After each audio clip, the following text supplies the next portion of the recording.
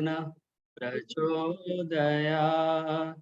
ॐ भूर्भुवः स्वः तत्सवितुर्वरेण्यं भर्गो देवस्य धीमहि धियो यो न प्रचोदयात्। ॐ भूर्भुवः स्वः तत्सवितुर्वरेण्यं भर्गो देवस्य धीमहि धियो यो न प्रचोदयात्।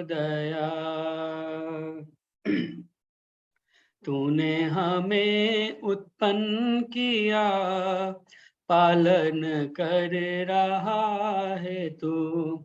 तुझसे ही पाते प्राण हम, दुखियों के कष्ट हरता है तू। तेरा महान तेज है, छाया हुआ सभी स्थान। सृष्टि के वस्तु वस्तु में हो रहा है विद्यमान। तेरा ही धरते ध्यान हम, मांगते तेरी दया। ईश्वर हमारी बुद्धि को श्रेष्ठ मार्ग पर चला। ओम भूर्भुवः स्वः तत्सवितुर्वरेण्यं भर्गो देवस्य धीमहि धियो यो न प्रचोदयात्। ओम। आप सभी का स्वागत और धन्यवाद। आर्य केंद्रीय सभा नगर निगम क्षेत्र फरीदाबाद के तत्वावधान में आयोजित इस साप्ताहिक सत्संग में जो कि प्रत्येक शुक्रवार शाम 4 बजे से 5:30 बजे तक होता है, आप सभी लोग इस कार्यक्रम के साथ में जुड़े हुए हैं और यह कार्यक्रम पिछले 2.5 वर्ष से इसी प्रकार लगातार चल रहा है। आप सभी लोगों के सहयोग आशीर्वाद से, आपकी सहभागिता से। तो आइए आज के सत्संग को प्रारंभ करें भजनों की श्रृंखला के द्वारा। और उसके पश्चात आज पहली बार हमारे इस कार्यक्रम में उद्बोधन होगा श्रुति विजय सेतिया जी का।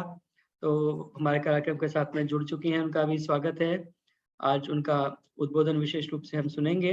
तो आइए भजनों के क्रम को हम प्रारंभ करें। और सर्वप्रथम मेरी प्रार्थना है आदरणीय के.डी. अरोड़ा जी से, कौशल्या जी कृपया आप एक अपने भजन के साथ में आज के कार्यक्रम को प्रारंभ कराएं। और एक बार पुनः आप सभी का स्वागत और धन्यवाद इस कार्यक्रम के साथ में जुड़ने के लिए, आदरणीय के.डी. अरोड़ा जी। और इसके बाद में सुलोचना जी, आप कृपया तैयार हैं। धन्यवाद जी। एक प्रभु भक्ति का भजन।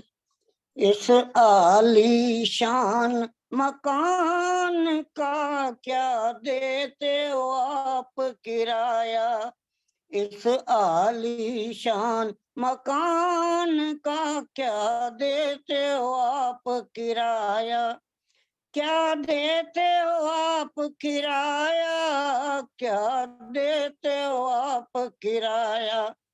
इस आलीशान मकान का क्या देते हो आप किराया। 5 तत्व का महल बनाया, कारीगर ने खूब सजाया। 5 तत्व का महल बनाया, कारीगर ने खूब सजाया। खाल मास के पुर्जे बनाए, सुंदर खूब सजाया। क्या देते हो आप किराया। इस आलीशान मकान का क्या देते हो आप किराया। इस महल के 10 दरवाजे, ऊपर कलश अंगूरी साजे। इस महल के 10 दरवाजे, ऊपर कलश अंगूरी साजे।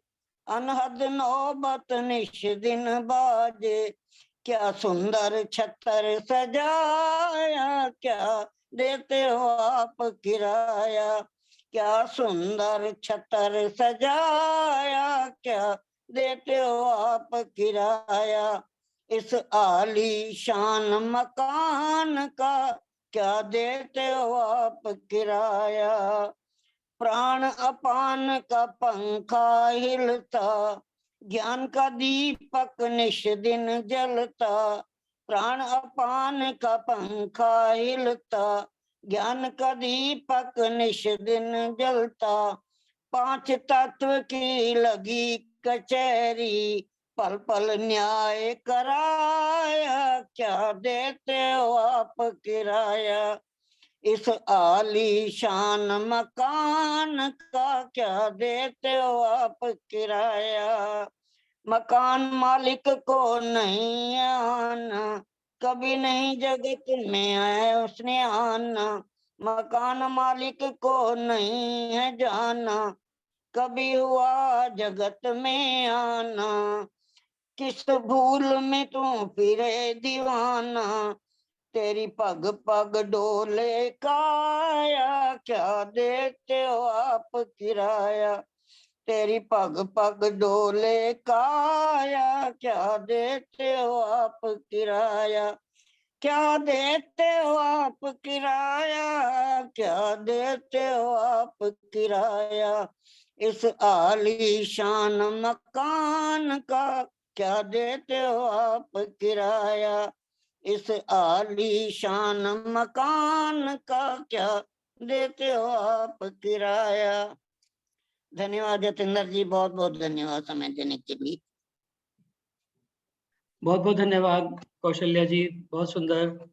इस मनुष्य के शरीर को हमें परमपिता परमात्मा ने इस शरीर को दिया है, सुंदर शरीर, और यह शरीर बहुत ही दिव्य और सबसे सुंदर शरीर जो है सारे प्राणियों में सबसे जो अच्छा एक शरीर है वो हमें प्राप्त हुआ है। और इस शरीर को पाकर के हम उस इसका किराया जो आपने गीत के माध्यम से बताया वो क्या देते हैं, कुछ भी नहीं। उस परमपिता परमात्मा ने जो हमें शरीर दिया है, हम बल्कि उसको खराब करने में और लगे हुए हैं। उसकी रक्षा करने के बजाय, उसकी सुरक्षा और उसकी व्यवस्था और उसका संभाल करने की बजाय हम उसे बिगाड़ने में लगे रहते हैं। इसीलिए आइए, ये मनुष्य का शरीर बहुत सुंदर आलीशान मकान इसमें बताया है। वेद मंत्र में इसे दिव्य नौका कहा है। सुत्रामाणम पृथिवीम द्यामनेहसम सुशर्माणम अदितिम सुप्रणीतिम दैवीम नावम स्वरित्राम अनागसाम अस्रवंती माम रुहेमा स्वस्तये। कहा कि ये जो सुंदर दैवी नौका हमें प्राप्त हुई है, ये भवरूपी सागर से पार जाने के लिए हमें प्राप्त हुई है।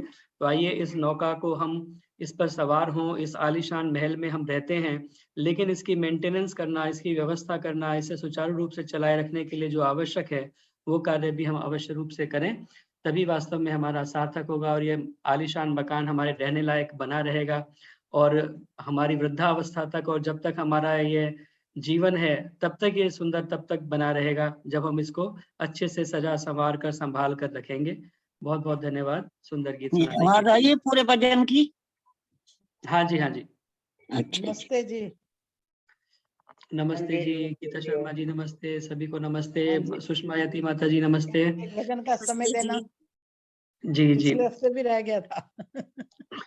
चलिए आइए, मेरी प्रार्थना आदरणीय सुलोचना जी C3 जनकपुरी से हमारे साथ में जुड़ी हुई हैं। कृपया एक भजन आदरणीय सुलोचना जी आप रखें, और उसके बाद में बीना गांधी जी गुड़गांव से आप कृपया एक भजन के लिए तैयार रहें। हाँ जी, मेरी सभी को सादर नमस्ते। आवाज आ रही है? आवाज आ रही हाँ है? जी, हाँ जी, हाँ जी, ठीक है। ये जीवन तुम्हारा तुम्ही को है अर्पण। ये जीवन तुम्हारा तुम्ही को है अर्पण। लगा दो किनारे इसे मेरे भगवन। लगा दो किनारे इसे मेरे भगवन। हो करुणा के सागर दया के हो दाता। तुम्ही जग के पालक तुम्ही हो विधाता। हो करुणा के सागर दया के हो दाता। तुम्ही जग के पालक, तुम्ही हो विधाता। ये सोया है मानव, इसे तुम जगा दो। ये सोया है मानव, इसे तुम जगा दो। ये जीवन तुम्हारा, तुम्ही को है अर्पण। ये जीवन तुम्हारा, तुम्ही को है अर्पण। मैं पथ से गिरूं तो मुझे थाम लेना। मैं पथ से गिरूं तो मुझे थाम लेना। दया करके सद ज्ञान देते ही रहना। दया करके सद ज्ञान देते ही रहना। जो सच्चा है रास्ता, उसे तुम दिखा दो। ये सोया है मानव, इसे तुम जगा दो। ये जीवन तुम्हारा, तुम्ही को है अर्पण। लगा दो किनारे, इसे मेरे भगवन। तुम्हारे भरोसे है जीवन की नैया। तुम्हारे भरोसे है जीवन की नैया। लगा दो किनारे, मेरे तुम खेवैया। लगा दो किनारे, मेरे तुम खेवैया।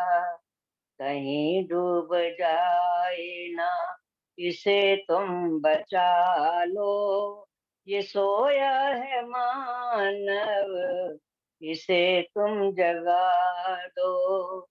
ये जीवन तुम्हारा, तुम्ही को है अर्पण। लगा दो किनारे, इसे मेरे भगवन। दर्श दो तो बड़ा होगा एहसान तुम्हारा। भटकता ही रहता है मनवा हमारा। दर्शन दे दो तो बड़ा होगा तुम्हारा सहारा। भटकता ही रहता है मनवा हमारा। इसे वश में करने की युक्ति बता दो। इसे वश में करने की युक्ति बता दो। ये सोया है मानव, इसे तुम जगा दो।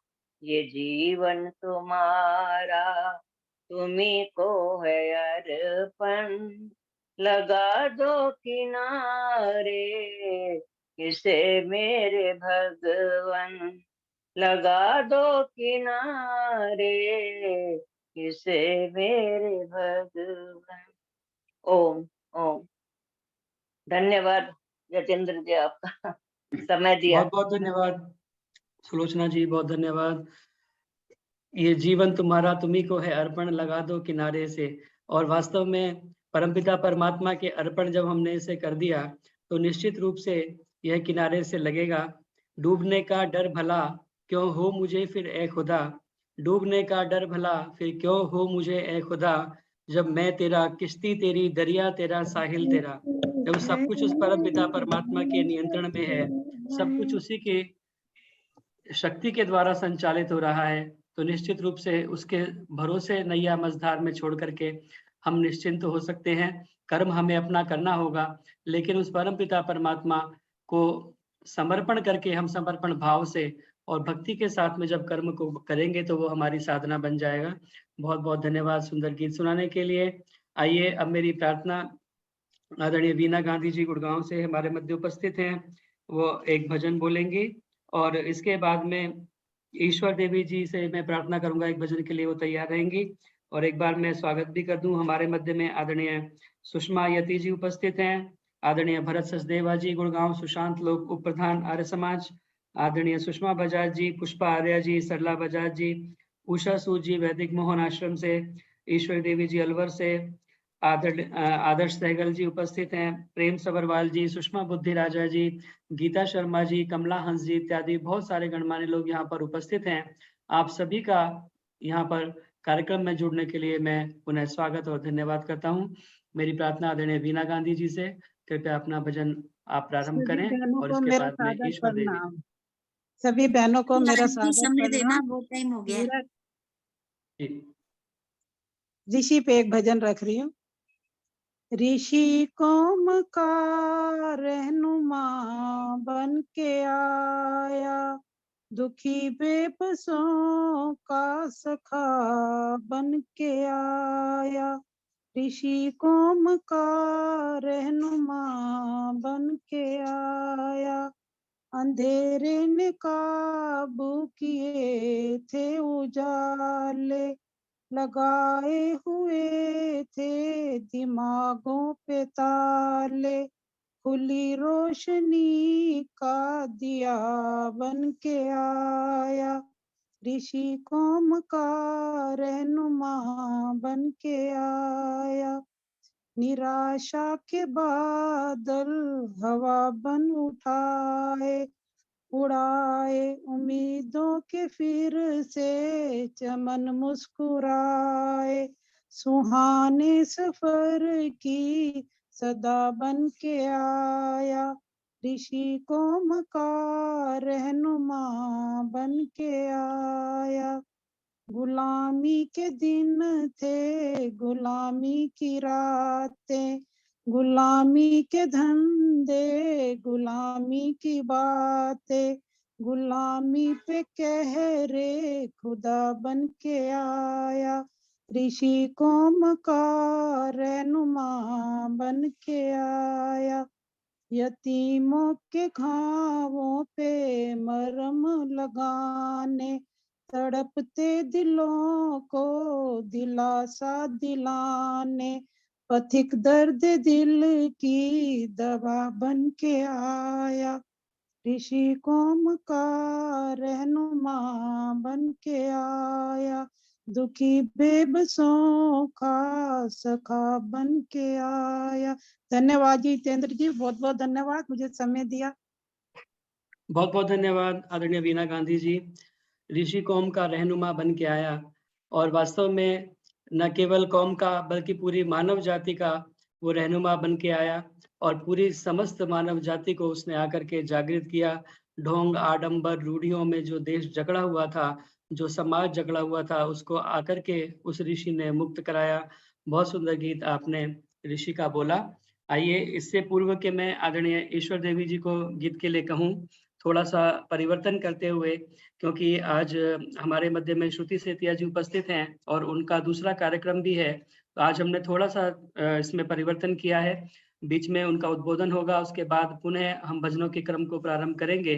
तो ईश्वर देवी जी का भजन उसके बाद में हमें सुनने के लिए मिलेगा। तो आइए एक बार पुनः आप सभी का मैं स्वागत करूं इस कार्यक्रम के साथ में जुड़ने के लिए। ये सामान्य निर्देश आप सभी को विदित हैं, इसलिए दोहराने की आवश्यकता नहीं। यह कार्यक्रम फेसबुक पर भी लाइव चलता है, इस समय भी फेसबुक पर लाइव है, वहां जाकर भी आप इस कार्यक्रम को देख सकते हैं। अधिक से अधिक संख्या में जाकर के लाइक करें, कमेंट करें, शेयर करें, ताकि ज़्यादा से ज़्यादा लोगों तक इसकी जो है पहुंच हो सके। स्वेच्छानुसार दान देने के लिए यह मेरा मोबाइल नंबर है, इस पर फोन पे, पेटीएम, यूपीआई इत्यादि के द्वारा अपना सात्विक दान भेज सकते हैं।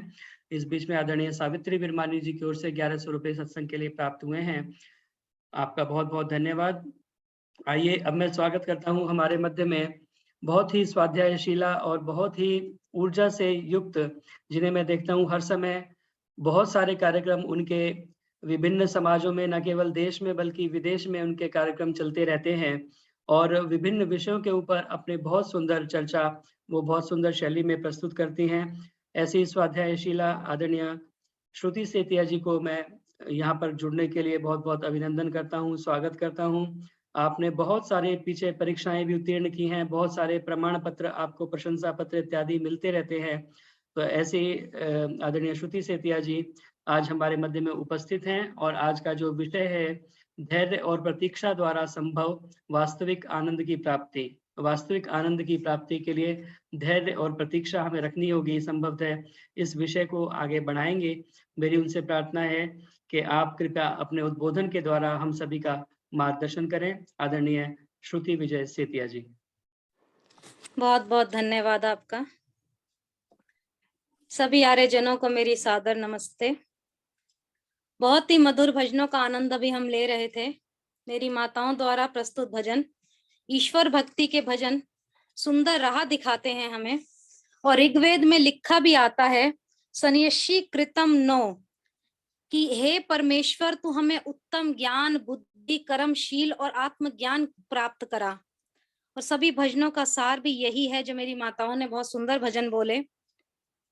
अपने विचार रखने से पूर्व मैं जितेंद्र भैया जी को हार्दिक शुभकामनाएं देना चाहती हूँ। कल से उनके आर्य समाज का कार्यक्रम शुरू है। अग्रिम शुभकामनाएं। सभी स्वस्थ रहें। ईश्वर आप सभी पर कृपा करें। बहुत ही सरल से विचार है कि धैर्य और प्रतीक्षा द्वारा संभव है वास्तविक आनंद की प्राप्ति।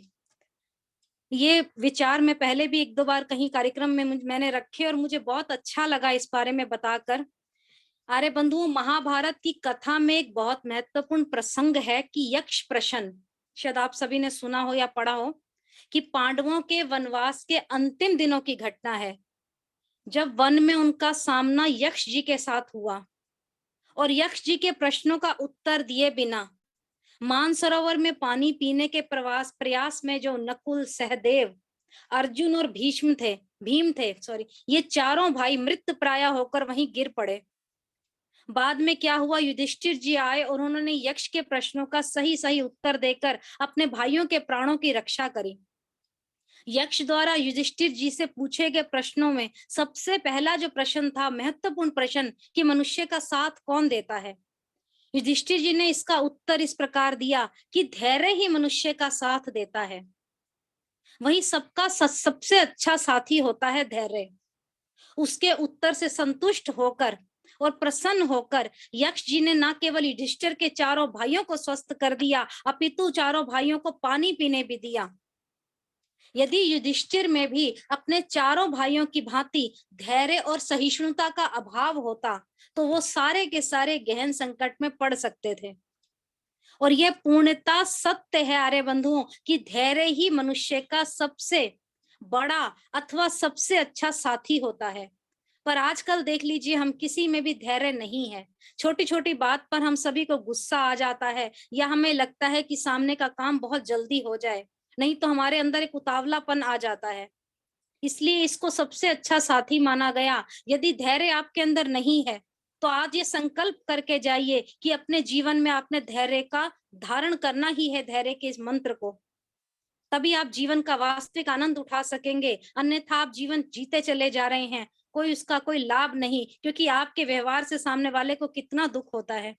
यदि आप हर बात में चिड़चिड़ापन और गुस्सा करेंगे, धैर्य से कोई उत्तर सुनने का प्रयास नहीं करेंगे, या कोई परिस्थिति आ जाए, आप अपना सारा मानसिक संतुलन खो देते हैं।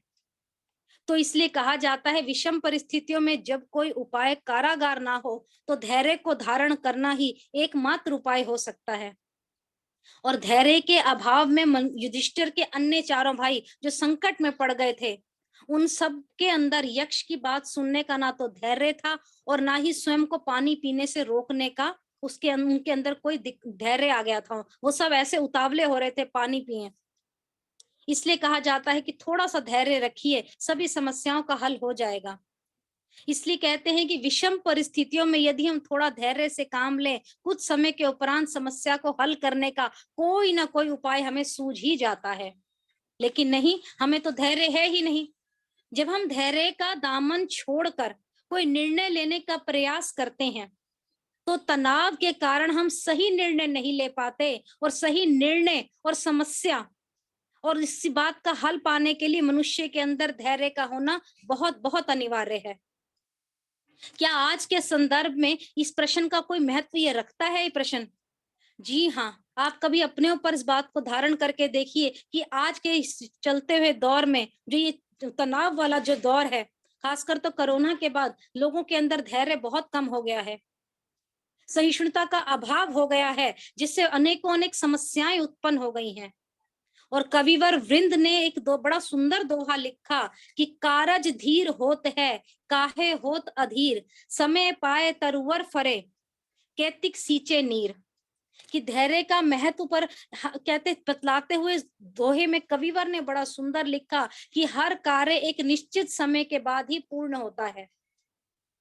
इस दोहे में उन्होंने बड़ी सुंदर हमें लाइन बताई, हमें समझाने का प्रयास किया कि धीरे धीरे हर कार्य एक समय के आने पर ही पूर्ण होगा, आप लोगों को जल्दी करने की आवश्यकता नहीं। ठीक है, काम जल्दी भी करने चाहिए, परंतु कुछ बातें ऐसी हैं, कुछ परिस्थितियां जीवन में आती हैं कि हमें धैर्य को धारण करना ही चाहिए। अतः हमें उतावलापन दिखाने की बजाय धैर्य के साथ उसी समय उस बात के खत्म होने की प्रतीक्षा करनी चाहिए, क्योंकि कहते हैं उचित समय और मौसम आने पर किसी पेड़ में फूल या फल लगते हैं, और हमारी बेचैनी से नहीं लगते कि फटाफट हमने ये पेड़ बड़ा करवाया, जो बीज डाला और हमारे को फल या फूल मिल जाएं। किसी पेड़ पर कहते हैं अत्यधिक पानी डालने से उसमें समय आने पर ना फल लगेंगे ना फूल लगेंगे। कई बार हमारे क्या अधीरता और हमारी अधिक उत्साह की वजह से, तत्परता के कारण हमारे कई कई कार्य बिगड़ जाते हैं। यदि हम शीघ्र फल पाने के उद्देश्य से किसी पेड़ पे जरूरत से ज्यादा पानी डालेंगे तो हो सकता है कि फल लगने की अपेक्षा वो पेड़ गलकर खराब हो सकता है। ध्यान दीजिएगा इस बात को। हम जल्दी जल्दी ये सोचें कि हमें फल मिल जाए या सुंदर फूल मिल जाए और उसमें हम लगातार पानी डालते रहें तो वो वृक्ष खराब हो सकता है या वो पौधा खराब हो सकता है। धीरे धीरे रे मना धीरे सब कुछ होए, माली सींचे 100 घड़ा, ऋतु आए फल होए। कितनी सुंदर बात कही गई है। इस प्रकार यदि हम अच्छी फसल पाने के लिए उसमें अत्यधिक रासायनिक खाद डाल देंगे और कीटनाशक आदि कई चीजें उसमें डाल देंगे तो उस फसल के खराब होने की संभावनाएं बहुत अधिक बढ़ जाएंगी। ऐसी फसल से जो उत्पन्न हमारा अन्न जो होगा वो पोषण के साथ साथ हमें बीमार भी कर सकता है। इसलिए थोड़ा रसायन, थोड़ा पानी समय आने पर ही डालिए।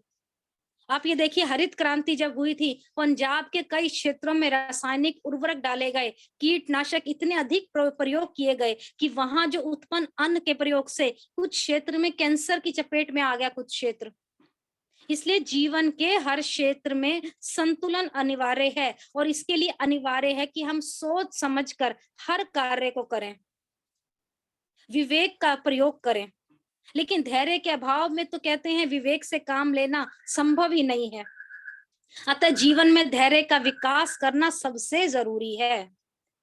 और यदि हम इस दोहे को अन्य संदर्भों में देखें तो इसके गहरे गहरे अर्थ निकल सकते हैं। और हम सब लोग जो अगर जीवन में उन्नति करना चाहते हैं, इसके लिए परिश्रम भी बहुत अधिक करते हैं, ये बात बहुत अच्छी लगती है। लेकिन परिश्रम के साथ आपके जीवन में धैर्य का होना बहुत ही जरूरी है। यदि हम पुरुषार्थ करते हुए समृद्ध होना चाहते हैं तो एक दिन अवश्य समृद्ध हो जाएंगे, ये हम सबका विश्वास है, इसमें कोई संदेह नहीं। लेकिन कुछ लोग जीवन में इतनी जल्दी धनवान होना चाहते हैं, इतनी जल्दी समृद्ध होना चाहते हैं और उसके लिए वो कुछ भी करने को तैयार हो जाते हैं। गलत और अनैतिक ही नहीं, असंवैधानिक तरीके से भी कुछ भी कर जाने को तैयार हो जाते हैं। और ये कुछ भी कर जाना हम सब के लिए सबसे बड़ी भूल है, यही हमारे विनाश का कारण है। यदि हम गलत तरीके से अपने संसाधनों को अपनाकर तथाकथित उन्नति करते चले जाएंगे, उन्नति प्राप्त तो हम कर लेंगे लेकिन उस प्राप्ति में उतना आनंदित नहीं हो पाते जितना उस काम को करने का फायदा ही क्या है। फिर बताइए, उन्नति तो आपने कर ली लेकिन आनंद आपको नहीं मिला, क्योंकि आपको हर कार्य में जल्दी है, हर कार्य में आप समृद्ध होना चाहते हैं, हर कार्य में आप उन्नति प्राप्त करके आगे बढ़ना चाहते हैं। जिस कार्य में आनंद ना मिले उसे करने का भी क्या फायदा। कुछ लोग समृद्धि की अंधी दौड़ में ऐसे केवल भागते चले जा रहे हैं, ना केवल अपना स्वास्थ्य वो खराब कर रहे हैं अपितु अपने आत्मजनों के संबंधों को भी वो खराब कर रहे हैं। और ऐसी प्राप्ति का क्या लाभ, आप बताइए। आप लोग के धैर्य आपके अंदर नहीं है, हर बात में आपके अंदर कोई प्रतीक्षा नहीं है, हर कार्य को आप जल्दी जल्दी खत्म करके अपनी कहते हैं ना अपनी उसके इंतजार में रहते हैं कि मेरा कार्य तो हो गया, बाकी दुनिया जाए इधर कहीं भी। आप इसमें क्या है, आप दौड़ते चले जा रहे हैं, जीवन की रेल पे चलते चले जा रहे हैं, आपका स्वास्थ्य तो खराब हो ही रहा है, आपके आत्मीयजनों से आपका संबंध खराब हो रहा है, क्योंकि हर समय लड़ाई झगड़ा, हर समय दिमाग पर प्रेशर, कोई वास्तविक आनंद नहीं जीवन का। गहरे अर्थ की मैंने आप सभी को बात करी, गहरा अर्थ क्यों निकलता है इस बात का, क्योंकि हम लोग अपने जीवन में कैसे जहरीली विषाक्त बातें भरते चले जा रहे हैं, आनंद ले ही नहीं रहे जीवन का। थोड़ा धैर्य रखिए, हर काम अपना समय पर पूरा होगा। ईश्वर भक्ति के भजन हम सुनते हैं, लेकिन उसको अपने जीवन में धारण अमल करने का प्रयास नहीं करते। ईश्वर से हमें बुद्धि मांगने की हमें एक प्रार्थना हम कई करते हैं, लेकिन कभी हम ये नहीं सोचते कि हम सद्बुद्धि तो मांग रहे हैं ईश्वर से, क्या उस सद्बुद्धि को हम अपने सच में अपने वास्तविक जीवन में इस पूरे में प्रयोग कर रहे हैं या नहीं कर रहे। कोई आनंद नहीं, बस भजन सुना, कार्य समाप्त हो, इति श्री हो गई। फिर उसके बाद वही जीवन की दौड़, फिर वही लड़ाई झगड़ा, वही टेंशन है, लेकिन धैर्य नहीं है हमारे अंदर। यदि हम उस अपने आप को ईश्वर भक्ति में लीन करें, अपने मन को शांत करें, थोड़ा प्रतीक्षा करें हर कार्य की, आप देखिए आपका कार्य कितना सुंदर होगा, आपका जीवन कितना आनंदित हो जाएगा। सफलता के लिए पुरुषार्थ अनिवार्य है, लेकिन पुरुषार्थ का जो प्रभाव एक निश्चित समय के उपरांत देखने को मिलता है। आप सभी जानते हैं, कोई बहुत मेहनत का आपने काम किया, उसका फल उसी समय नहीं मिलता, उसके लिए आपको कुछ समय प्रतीक्षा करनी पड़ती है, लेकिन आज हम सब में वो धैर्य रहा ही नहीं, उचित समय की हम प्रतीक्षा कर सकें, हमारे अंदर बिल्कुल पेशेंस नहीं है। जब दाल हम लोग पकने के लिए रखते हैं, गृहिणियां बैठी हैं सभी, चूल्हे पर रखते हैं, उसको पकने के में अंदर तैयार होने में समय लगता है, लेकिन हमारे अंदर धैर्य नहीं है। हम दाल को तो रख देते हैं, थोड़ी थोड़ी देर बाद उसका ढक्कन हटाकर कड़छी हिलाकर देखने का प्रयास करते हैं कि दाल पकी है या नहीं पकी। हम उसे बार बार यदि देखते हैं, इसको बर्तन को बार बार हम खोलते हैं, वो दाल अपेक्षाकृत देरी से बनेगी। कभी आप ये चीज नोट करिए, हमारी अधीरता, हमारा उतावलापन प्राय बनी बनाई बातों को, कामों को इस तरह बिगाड़ देता है। इसलिए कहा जाता है कि हर कार्य को आप धैर्य से करिए। और वैसे तो कहा जाता है कि कर्म करिए आप, लेकिन फल की इच्छा मत करिए। यदि हम निष्काम भाव से कर्म करते हैं तो इस बात में कहने ही क्या, हमें हर कार्य निष्काम भाव से ही करना चाहिए। और उसके बाद क्या, लेकिन हमारे को क्या संचय ग्रस्त हो जाते हैं हम इस बात से, हमारे दिमाग में संशय हर समय रहता है कि नहीं अभी हमने कार्य किया, अभी फल मिल जाए हमारे को। फिर भी हम लोग क्या है, ये सारी प्रॉब्लम हमारे को धैर्य ना होने के कारण है। और उर्दू शायर ने बड़ी सुंदर बात लिखी है, ये 2 पंक्तियां उर्दू शायर ने लिखी हैं। कुछ वक्त से एक बीज शजर होता है, कुछ वक्त से एक बीज शजर होता है, कुछ रोज में एक इश्क कतर गुरह होता है। ए बंदा, ए नासबूर, तेरा हर काम कुछ देर में होता है मगर होता है। तो वास्तव में यदि हमें जीवन में सहजता का दामन पकड़ के रखना है, ये बात हमेशा याद रखिए, आप जीवन में सहजता का दामन नहीं छोड़ेंगे। सहजता में ही वास्तविक आनंद है। जब हम बीज से पौधा उगाते हैं तो उसमें तत्क्षण उसमें पौधे फूल फल उसी समय नहीं मिलती, हमें प्रतीक्षा करनी पड़ती है। और जब इस कर्म में जब फूल लगते हैं तो पौधे को देखने में आनंद आपको नहीं आता क्या? जब फूल खिलते हैं तो उस समय आनंद की आपकी सीमा नहीं रहती, लेकिन ये आनंद सहजता से ही उपजता है। हम अपने जीवन में जितने जितने सहज होते जाएंगे उतना ही आनंद हम लोग प्राप्त कर सकेंगे, लेकिन सहजता तो है ही नहीं हमारे जीवन में। हम सोचते हैं कि हमारे समक्ष एक सुंदर फूल खिल जाए और हम फटाफट उस फूल के दर्शन कर लें, एक कली प्राय फटाफट बनकर फूल बन जाए। क्या ऐसा हम क्यों चाहते हैं? क्या हर कली में ईश्वर द्वारा सौंदर्य नहीं दिया गया? क्या कम सौंदर्य है उस ईश्वर का? कली में प्रकृति के हर सृजन का सौंदर्य होता है। कभी आप देखिएगा, हमें उस सौंदर्य को देखने में आनंदित होने की क्षमता हमें विकसित करनी होगी, और ये सब बातें धैर्य के द्वारा ही संभव है। हम सिर्फ बैठते हैं, फटाफट फूल हमारे सामने आ जाए, उसी की सुंदरता देखें, लेकिन वास्तव में ऐसा नहीं है। हमें अपने अंदर धैर्य रखना ही होगा। उस कली का भी आपने आनंद लेना है, उस ईश्वर की बनाई प्रकृति का भी आप आनंद लीजिए। यदि हर कली उसी क्षण खिल जाए तो अगले क्षण में खिलने को बचेगा ही क्या? यदि आम के पेड़ पर बौर के बाद बनने वाले छोटे छोटे आप सारे फल तोड़ लेंगे तो पके हुए मधुर आमों का आनंद कहां से प्राप्त कर पाएंगे? यदि आज ही जीवन के सभी सुख भोग लेंगे तो कल क्या करेंगे? आज ही सब कुछ पा लेने का अर्थ है आने वाला कल और या जो आपका भविष्य है वो नीरस हो जाएगा, सारहीन हो जाएगा। जल्दी से सब कुछ पा लेने का अर्थ सृजन से आनंद का वंचित होना। सब कुछ पा लेने का अर्थ है स्वयं को स्वाभिकता, जो नेचुरल चीज है उससे दूर करना, कृत्रिम लोक में ले जाना।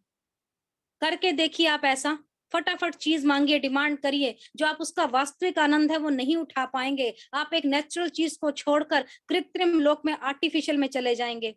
क्यों? जब मांगते ही चीज हाथ में आ जाए तो चीज का महत्व ही क्या रह जाता है।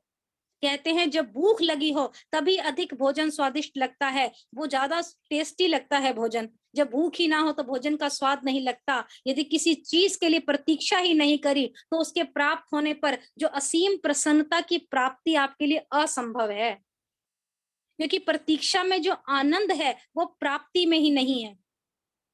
करके देखिए प्रतीक्षा, थोड़ा सा अपने अंदर धैर्य रखिए। धैर्य आर्य बंधुओं कटु जरूर होता है, लेकिन कटु औषधि है, लेकिन उसके परिणाम भी सुखद ही मिलेंगे आपको।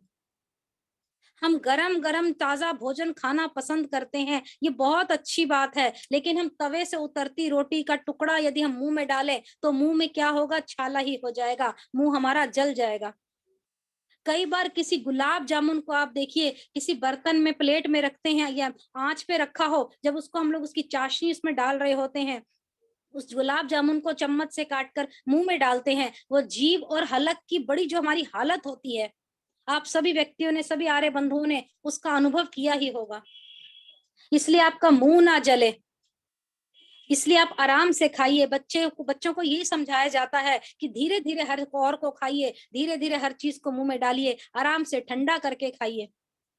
ठंडा करके खाना एक मुहावरा भी है जिसका अर्थ है कि हर कार्य में धैर्य रखिए। स्वाभाविक रूप से कोई कार्य आप जल्दी जल्दी करेंगे तो आपका कार्य कई बार बिगड़ भी जाएगा। बहुत अधिक यदि आपने पैसा कमा लिया, उसका अतिशय प्रदर्शन ना करना।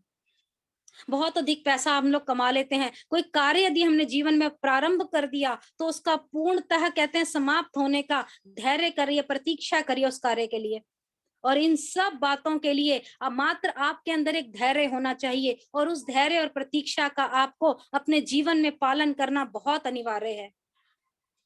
तो आप सभी ये संकल्प लेके जाइए कि अपने जीवन में धैर्य को ग्रहण जरूर करेंगे, चाहे किसी भी रूप में करिए। थोड़ा बहुत हौसला रखिए जीवन में, थोड़ा बहुत आप प्रतीक्षा को शुरू करिए करनी प्रतीक्षा। ये नहीं कि हाथ पे हाथ धर कर बैठ गए, आप पुरुषार्थ करते चले जाइए, निष्काम भाव से कार्य करिए, परंतु थोड़ा धैर्य अवश्य रखिए।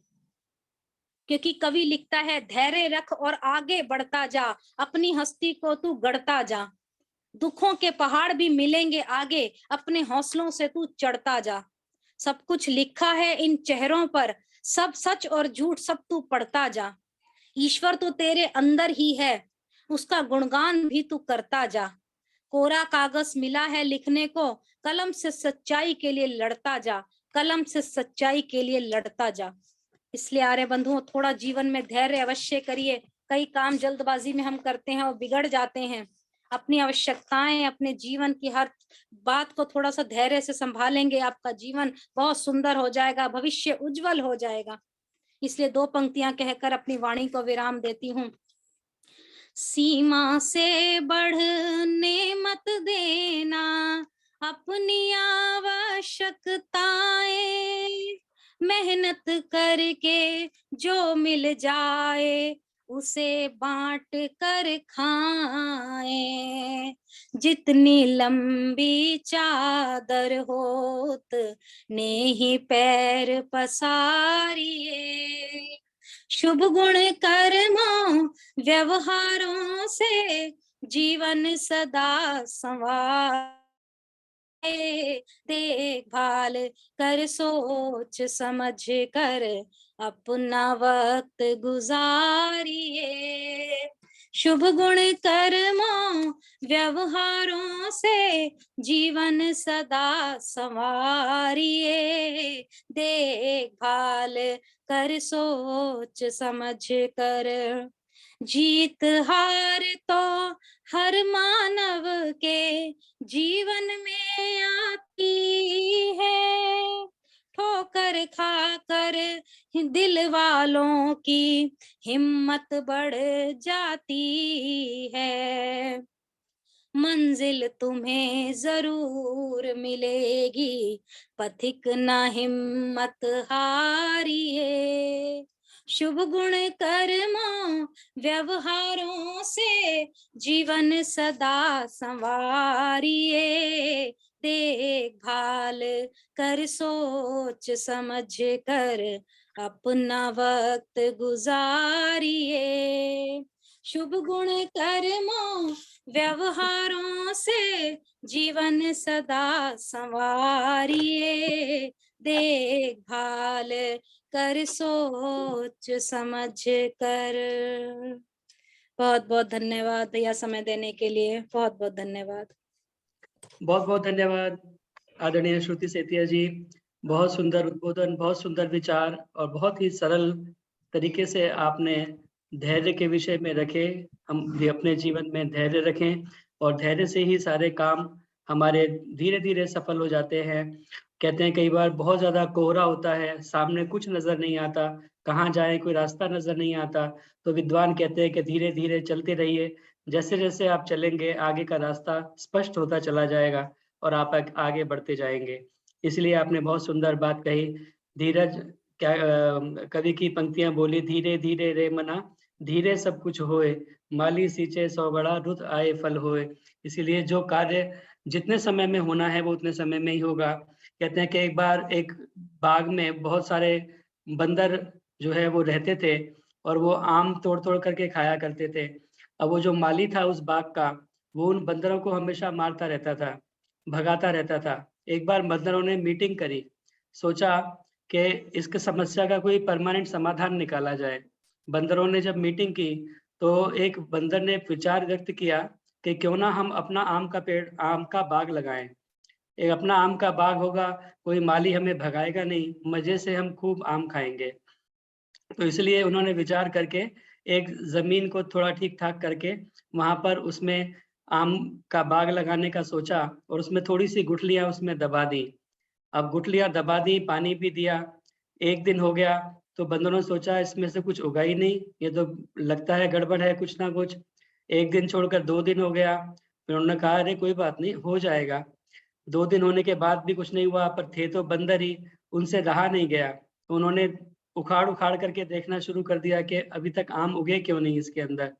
तो इसलिए कहा गया है कि धीरज अपने जीवन में रखें, तभी हमारे सारे कार्य होंगे। अगर हम बहुत उतावलेपन से सोचेंगे तो निश्चित रूप से कार्य पूरी तरह सफल नहीं हो पाएगा। इसलिए 2 पंक्तियां मैं भी सुना देता हूँ आपकी बात से आगे बढ़ते हुए, और उसके बाद में ईश्वर देवी जी का भजन और आगे का कार्यक्रम आदरणीय आशा जी संभालेंगी, क्योंकि मुझे अभी निकलना होगा, मेरा ऑफिस का कुछ कार्य है। केवल 2 पंक्तियां कुछ सुना करके मैं आगे बढ़ता हूँ। जितेंद्र जी, मैं पहले बोल सकती हूँ, मैंने कहीं काम जाना है। मैं पहले, आप कर लीजिए, इसके बाद मैं बोल सकती हूँ अगर आपका कहें तो। मैंने जरा कहीं जाना था। आदर्श जी, आज शायद आपका नहीं आ पाएगा क्रम, क्योंकि पिछली बार आपका हुआ था, और लोगों को हम समय देंगे, आज प्रयास करेंगे जी। धीरज रखबो रहमत की वर्षा बरसा भी देगा, धीरज रखबो रहमत की वर्षा बरसा भी देगा। जिस मालिक ने दर्द दिया है वही दवा भी देगा, धीरज रखबो रहमत की वर्षा बरसा भी देगा, धीरज रखबो रहमत की वर्षा बरसा भी देगा। इसलिए आइए धीरज रखें, अपने जीवन में धैर्य को अपनाएं। निश्चित रूप से उस परमपिता परमात्मा की कृपा होगी, और जो कार्य जिस प्रकार होना है, जिस कार्य को जितना समय लगना है उतना समय निश्चित रूप से लगेगा। आइए आगे बढ़ते हुए मेरी प्रार्थना आदरणीय ईश्वर देवी जी से, कृपया ईश्वर देवी जी आप आए और अपना भजन आप सुनाएं, आदरणीय ईश्वर देवी जी। और इसके बाद में कृष्णा भाटिया जी आपके तैयार हैं। ईश्वर बस भक्ति के वो आपने पूरा नहीं किया। शब्दों पे ध्यान दें, आवाज पे नहीं, कि हमें ये तन मिला है, शरीर मिला है, प्रभु को पाने के लिए साधन मिला है। अब सारा दिन हम साधन के ऊपर ध्यान दें और मन और आत्मा के लिए कुछ नहीं करें तो परमात्मा की प्राप्ति नहीं हो सकती। तो इसलिए इस तन को तो सजाना है या ध्यान रखना है, उसके साथ साथ अपने मन का, अपनी आत्मा का भी परोपकार, अच्छे कार्य, भक्ति करनी है, ताकि हम परमात्मा की प्राप्ति यानी अंदर तो है उसको जान पाए। तो भजन है, तुम तन को सजाते हो, तुम तन को सजाते हो, कभी मन को सजाया करो, दुनिया को रिझाते हो, दुनिया को रिझाते हो, कभी प्रभु को रिझाया करो, तुम तन को सजाते हो। तन सजता है गहनों से, मन को है सजाता नाम, तन सजता है गहनों से, मन को है सजाता नाम, इस तन के सब साथी, पर मन का साथी है नाम, मत उलझो इस जग से, मत उलझो इस जग से, प्रीत प्रभु से लगाया करो, तुम तन को सजाते हो।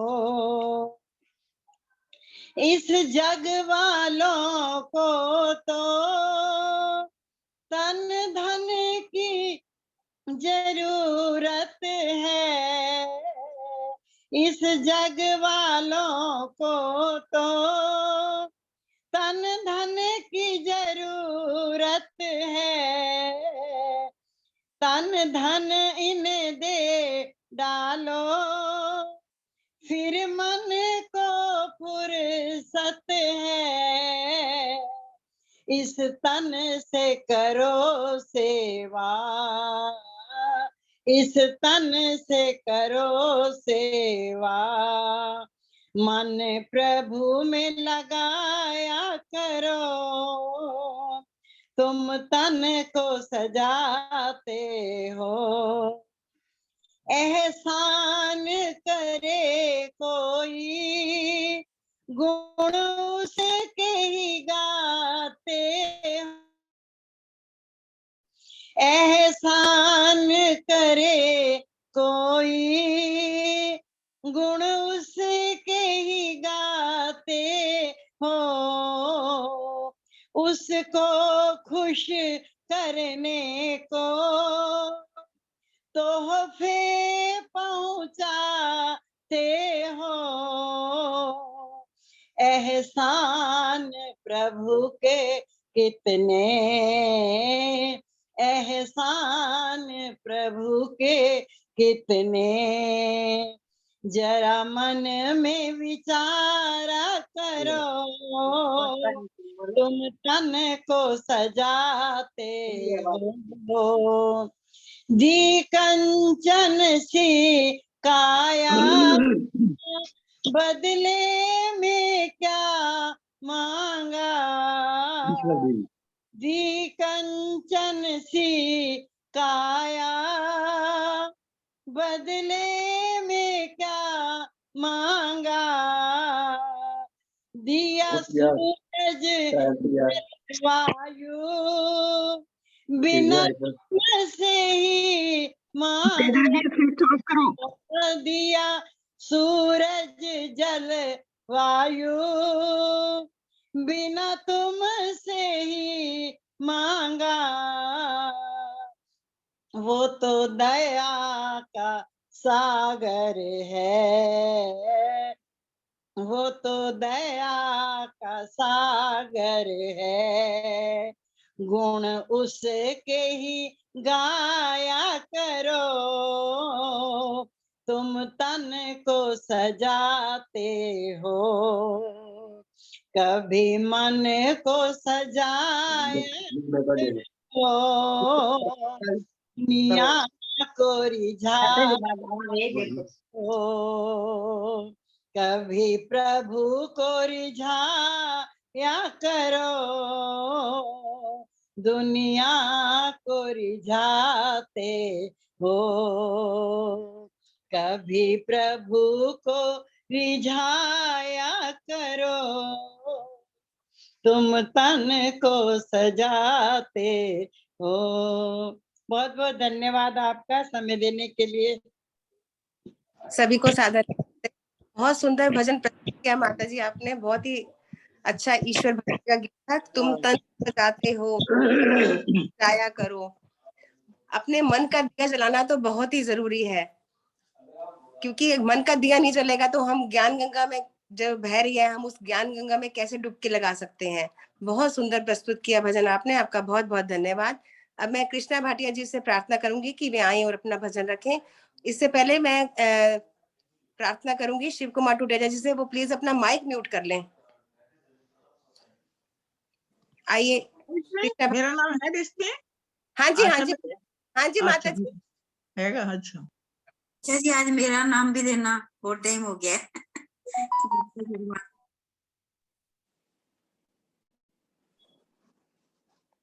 कमलांश का नाम लिखा हुआ है।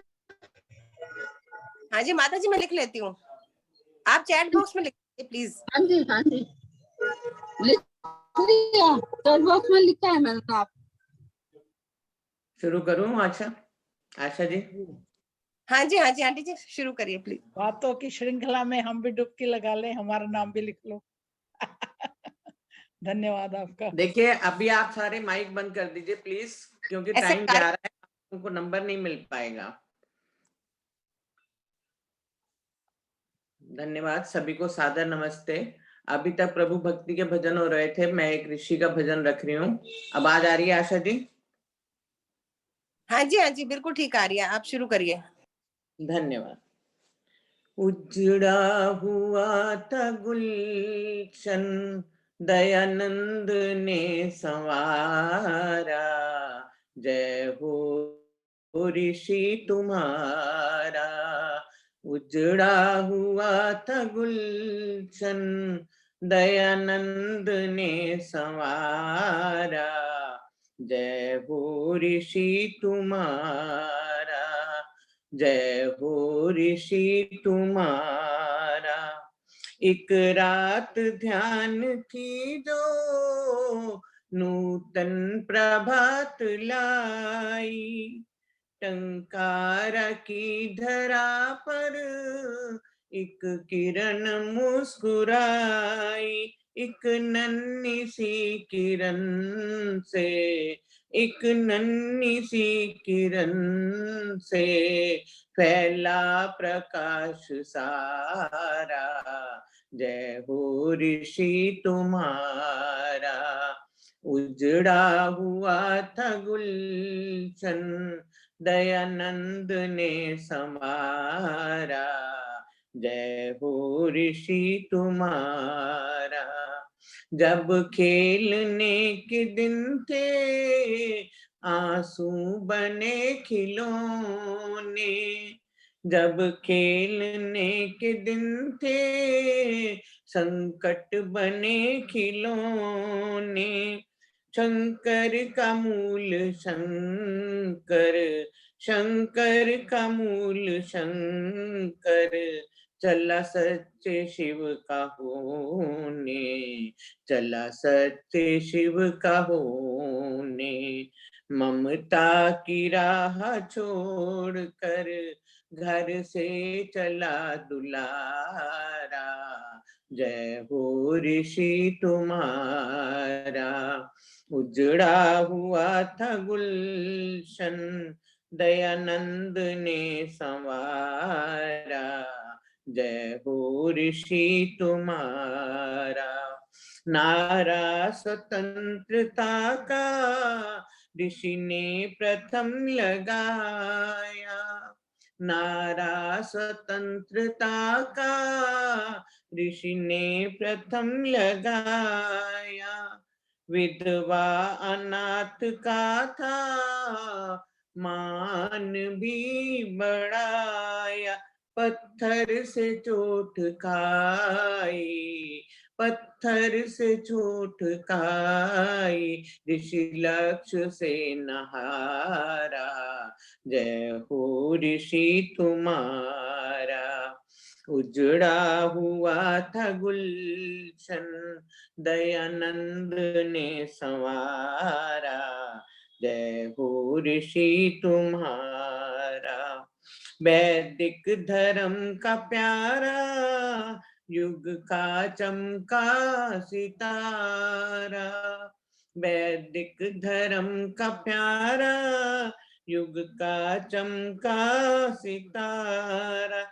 दयानंद सा जहां में, दयानंद सा जहां में नहीं दूसरा पधारा, जय हो ऋषि तुम्हारा। उजड़ा हुआ था गुलशन, दयानंद ने संवारा, जय हो ऋषि तुम्हारा, जय हो ऋषि तुम्हारा, जय हो ऋषि तुम्हारा। धन्यवाद आशा जी, समय देने के लिए बहुत बहुत धन्यवाद। बहुत सुंदर आपने ऋषि की गुणगान किया अपने एक भजन के माध्यम से। इतिहास चमकता तेरा सुनहरे शब्दों में सारा, सारा तभी हर दिल में हुआ उजियारा। बहुत सुंदर गीत सुनाने के लिए आपका बहुत बहुत धन्यवाद। अब मैं प्रार्थना करूंगी भजनों की श्रृंखला में हमारे बीच उषा सूद जी हैं, वे अपनी कविता या भजन जो भी रखना चाहें प्रस्तुत करें, और इनके भजन के इनकी कविता के बाद मैं सुषमा बुद्धि राजा जी से प्रार्थना करूंगी, कृपया वे तैयार रहें। जी, मेरी कविता सामाजिक है जी। शीर्षक है अनंत संभावनाओं से युक्त मानव सत्ता। अनंत संभावनाओं से युक्त मानव सत्ता। सामने वाली इमारत पर काम चल रहा था। हर शाम को मजदूरों के बच्चे एक दूसरे की शर्ट पकड़ पकड़ कर रेल रेल खेलते थे। सामने वाली इमारत पर काम चल रहा था। हर शाम को मजदूरों के बच्चे एक दूसरे की शर्ट पकड़ पकड़ कर रेल रेल खेलते थे। रोज कोई बच्चा इंजन बनता था और बाकी बच्चे बदल बदल कर डिब्बे बनते थे। बाकी बच्चे बदल बदल कर डिब्बे बनते थे। इंजन और डिब्बे रोज बदलते थे। इंजन और डिब्बे रोज बदलते थे, पर एक चड्डी पहनकर छोटा सा बच्चा हाथ में रखा कपड़ा घुमाकर गार्ड बनता था। एक चड्डी पहनकर छोटा सा बच्चा हाथ में कपड़ा पहनकर गार्ड बनता था। मैं रोज देखती। एक दिन पास जाकर पूछ ही दिया, बेटा तुम रोज गार्ड बनते हो, कभी डिब्बा कभी इंजन क्यों नहीं बनते? कभी डिब्बा कभी इंजन क्यों नहीं बनते? बच्चा बड़ी दयनीयता से बोला, मेरे पास इंजन बनने के लिए शर्ट नहीं है। मुझे दूसरे लोग कैसे पकड़ेंगे? मेरे पीछे कौन खड़ा होगा? मेरे आगे कौन खड़ा होगा? ये बोलते हुए उसकी आंखें डबडबा गई। उसकी आंखों में पानी दिखाई दिया। और आज वो बच्चा मुझे सारे जीवन का पाठ पढ़ा गया। आज वो बच्चा मुझे सारे जीवन का पाठ पढ़ा गया। अपना जीवन कभी पूर्ण नहीं होता। अपना जीवन कभी पूर्ण नहीं होता, क्योंकि कोई ना कोई कमी बनी रहती है। कोई ना कोई कमी बनी रहती है। बच्चा अपने माँ बाप से क्रोध करके घर में बैठ सकता था। अपने माँ बाप से क्रोध करके घर में बैठ सकता था, पर उसने परिस्थिति से समझौता कर लिया और और उसी परिस्थिति में समाधान ढूंढ लिया। उस बच्चे ने उसी परिस्थिति में समाधान ढूंढ लिया। और हम रोते हैं, हम हैं कि रोते हैं, कभी सांवले रंग के लिए, कभी कद के लिए, कभी कार के लिए, कभी कार के लिए, कभी अंग्रेजी में मार्क्स कम आए, नौकरी भर के लिए, धंधे की मार, ये वो सब हम रोते हैं।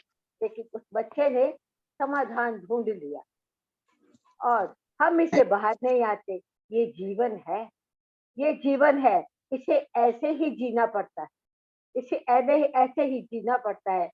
चील की लंबी उड़ान देखकर, शब्दों पर गौर कीजिए, चील की लंबी उड़ान देखकर चिड़िया उड़ना नहीं छोड़ती, चिड़िया उड़ना नहीं छोड़ती, वह अपने अस्तित्व में मस्त रहती है। चील की लंबी उड़ान देखकर चिड़िया उड़ना नहीं छोड़ती, वह अपने अस्तित्व में मस्त रहती है। मेरी मंजिल, मेरी दौड़, पता नहीं किससे होड़, मेरी मंजिल, मेरी दौड़, पता नहीं किससे होड़। परिस्थिति समस्या नहीं होती, परिस्थिति समस्या नहीं होती, क्योंकि हम परिस्थिति से लड़ते नहीं। बीज वृक्ष के अंदर बहुत संभावनाएं हैं। मेरा शीर्षक था मानव सत्ता में संभावनाएं। बीज वृक्ष में बहुत संभावनाएं छिपी हैं। अंतर अंतर अंतर केवल प्रयास का है, अंतर केवल प्रयास का होता है। हवा में शाख, अंतिम पंक्तियां हैं। हवा में शाख अपने पत्ते हिला रही है, हवा में शाख अपने पत्ते हिला रही है। क्या पता, क्या पता अलविदा कह रही है या वापस बुला रही है, क्या पता अलविदा कह रही है या वापस बुला रही है। इबादत वो है, इबादत वो है जहाँ जरूरतों का जिक्र ना हो, इबादत वो है जहाँ जरूरतों का जिक्र ना हो। बस हो तो बस उसकी रहमतों का शुक्र हो, उसकी रहमतों का शुक्र हो। आपने समय दिया, धन्यवाद। ओम। बहुत सुंदर प्रस्तुत किया आपने माता जी, आपका बहुत बहुत हृदय से धन्यवाद। अब भजनों की श्रृंखला में मैं आमंत्रित करना चाहूंगी सुषमा बुद्धि राजा जी को, जो ताली बंधन ग्रुप से हैं और हम सबकी प्रिय हैं। उनसे करूंगी वे आए और अपना हमारे लिए टाइम होगा बेटा? हाँ जी, हाँ जी, हाँ जी, अभी हाँ ठीक है अभी। हाँ आप सभी को मेरी सादर नमस्ते जी। बड़ा सुंदर कार्यक्रम चल रहा है। श्रुति सेतिया जी का बड़ा सुंदर उद्बोधन रहा। सच में जिसके जीवन में धैर्य होता है वो सब कुछ पा जाता है। और भजनों में भी बड़ा सुंदर ऋषि गीत रखा कृष्णा भाटिया जी ने, बाकी बहनों ने प्रभु भक्ति के भजन रखे। देखिए जब बहनें बैठती है, मैं एक सुझाव दे रही हूँ, मैं आपसे छोटी भी हूँ कईयों से, लेकिन मुझे अच्छा नहीं लगता जब मैं देखती हूँ ग्रुप्स में हर कोई अपना माइक खोल करके कहता है कि मुझे समय देना, मुझे समय देना। जो संचालक होता है उसके पास पहले होती है लिस्ट, बीच में उनको व्यवधान पड़ता है जब सब बहनें माइक खोल खोल करके कहती हैं। तो मेरा ये एक सुझाव है कि हम सब धैर्य रखें। आज जैसे कि हमने सुना, सबकी बारी आ जाती है। जो संचालक या संचालिका होती है उनको पता होता है कि मैं कितने टाइम से किसी को समय नहीं दिया तो मुझे आज देना है, क्योंकि उन्होंने तो भजन कराने ही होते हैं। इसलिए हम धैर्य रखें, धैर्य रखते हुए अपने परिचय दें। यही मेरी आप सबसे विनम्र प्रार्थना है, ताकि सत्संग में कोई व्यवधान ना पड़े। आइएगा, एक भजन मैं प्रभु भक्ति का रखने जा रही हूँ। तेरी शरण आन के जगत पिता, मैं अपना शीश झुकाया, मैं जीवन सफल बनाया, मैं जीवन सफल बनाया। मेरा रोम रोम सच आखरिया, मैं मुँह मंगिया फल पाया, मैं जीवन सफल बनाया, मैं जीवन सफल बनाया। मैं दुनिया तो चानन मंगिया, मिलिया धूप अंधेरा, पग पग ते ठो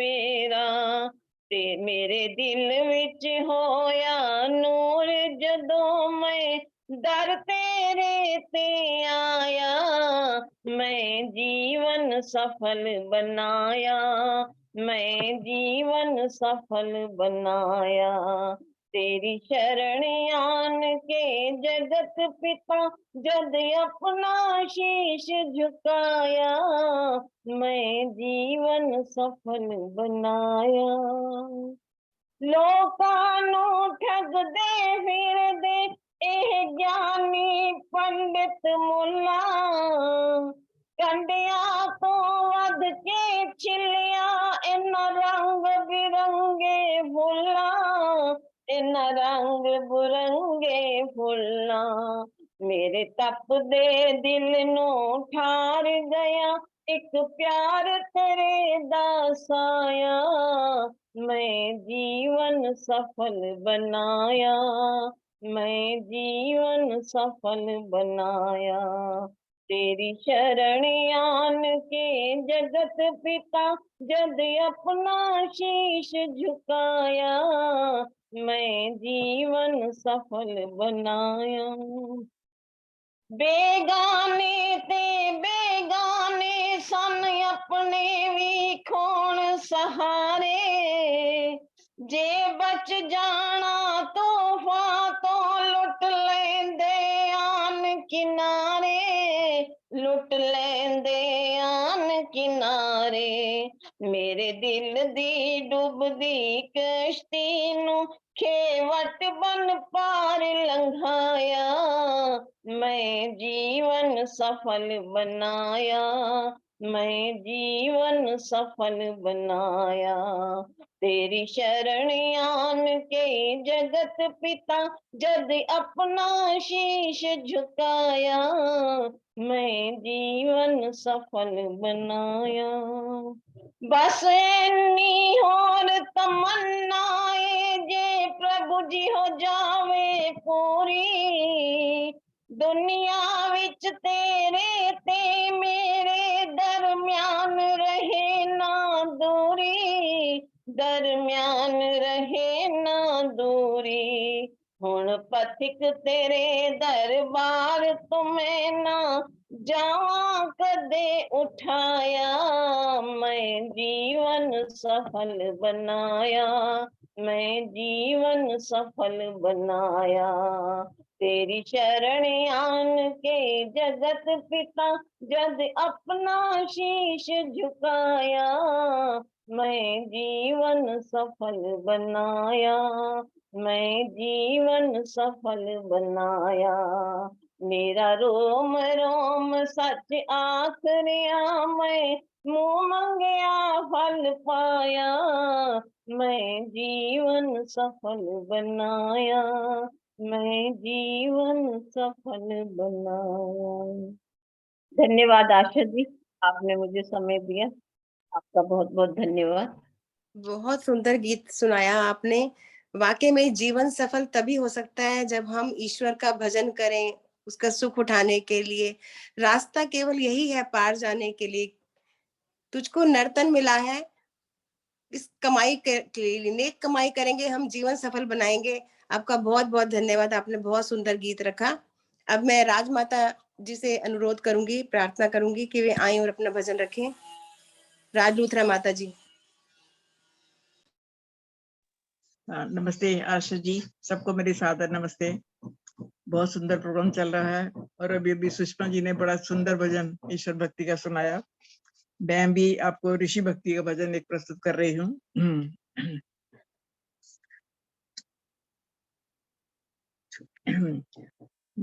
भजन से पहले एक दो लाइनें बोल रही हूँ नमन तेरी भावना के दीप को नमन तेरी भावना के दीप को नमन है तेरी स्वदेशी प्रीत को नमन तेरे कर्म की हर रीत को नमन तेरी आर्य धर्म प्रतीति को नमन तेरी आर्य धर्म प्रतीति को। तो हम ऋषि दयानंद के को सदा हमेशा नमन करते हैं उनके उपकार और उनका जो जितने भी हमारे पास जितने हैं कि वो हम उनका कभी भी कर्ज नहीं चुका सकते हैं लेकिन कुछ भी फिर भी कभी उनको याद करके हम उनको थोड़ा सा नमन कर सकते हैं गूंज रही है आज दिशाएं, गूंज रहा ये चमन है। क्रांति दूत है दयानंद, तुम्हें सौ सौ बार नमन है। गूंज रही है आज दिशाएं, गूंज रहा ये चमन है। क्रांति दूत है दयानंद, तुम्हें सौ सौ बार नमन है। नाम तुम्हारा रहेगा जग में जब तक चांद गगन है। क्रांति दूत है दयानंद, तुम्हें सौ सौ बार नमन है। तुम्हें सौ सौ बार नमन है। सच्चे शिव की खोज में ही तुमने सर्वस्व लगाया था। सच्चे शिव की खोज में ही तुमने सर्वस्व लगाया था। तुमने वेदों की वाणी का अमृत हमें पिलाया था। तुमने सब सुख छोड़ दुखों को अपने गले लगाया था। अंधकार में आशाओं का तुमने दीप जलाया था। आज तेरे आदर्शों पर नतमस्तक तेरा वतन है।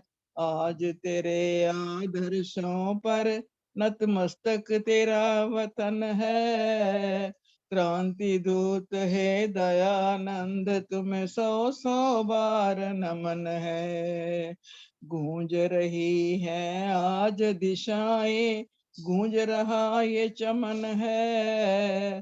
क्रांति दूत है दयानंद, तुम्हें सौ सौ बार नमन है।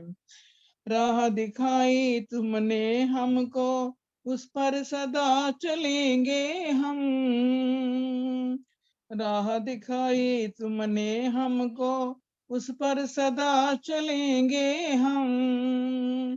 जिन सपनों को छोड़ गए उनको साकार करेंगे हम।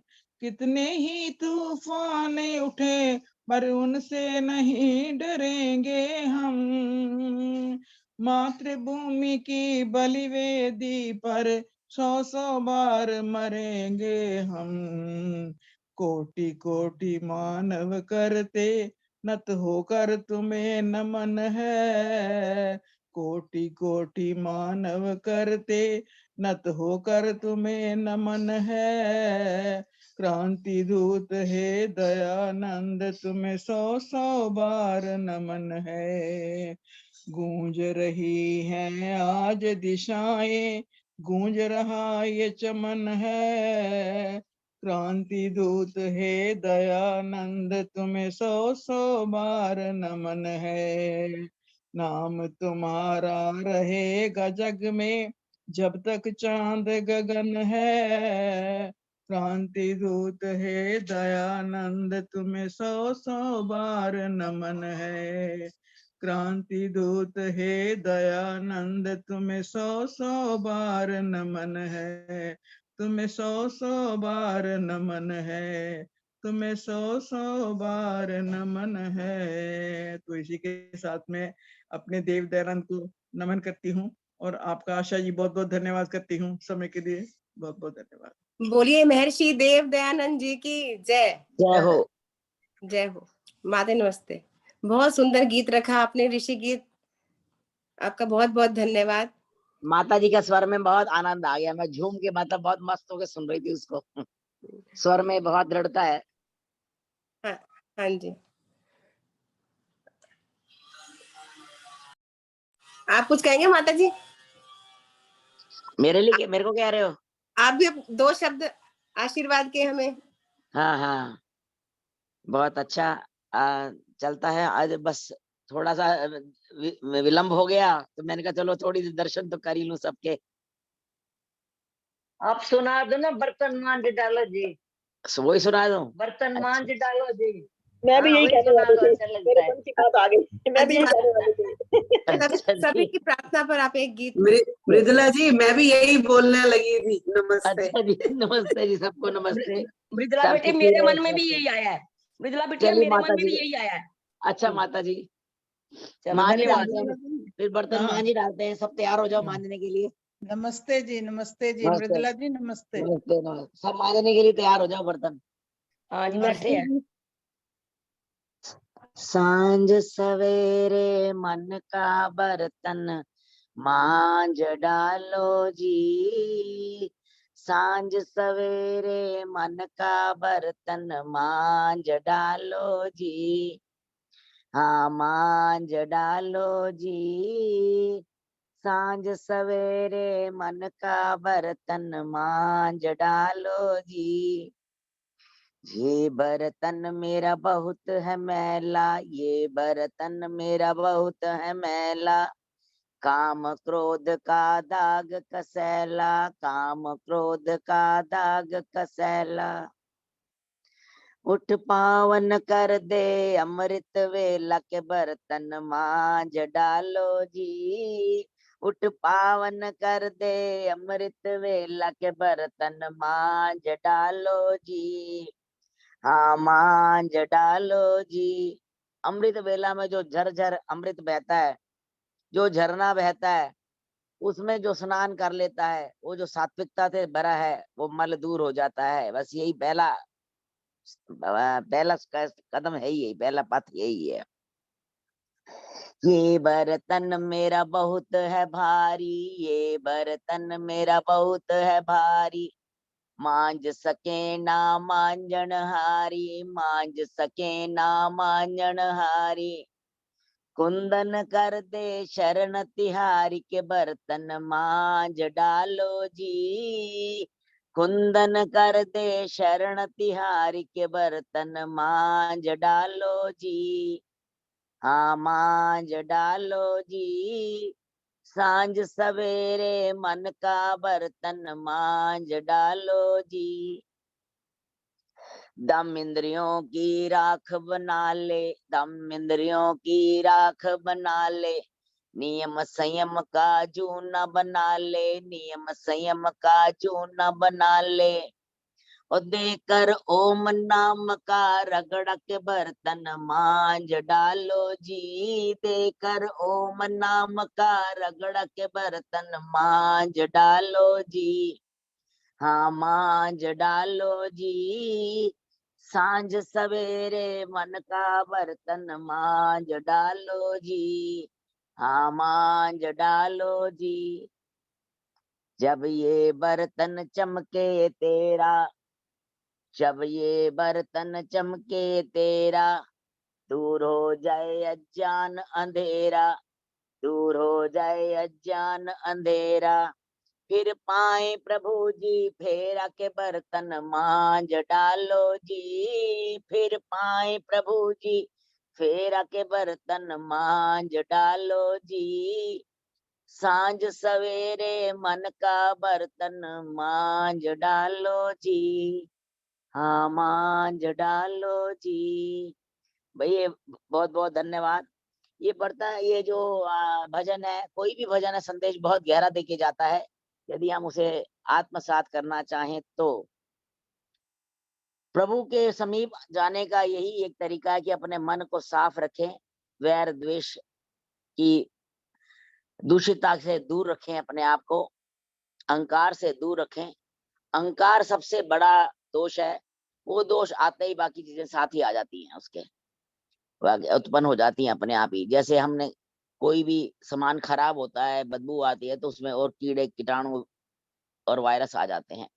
वैसे अहंकार को दूर रखें, बस इतना ही मेरा कहना है। यही कवि का संदेश है। ओम धन्यवाद। बहुत बहुत धन्यवाद माता जी, आपने बहुत सुंदर गीत प्रस्तुत किया। ओम का रगड़े से आपने जीवन का सार बता दिया कि ओम में ही सब कुछ समाया हुआ है।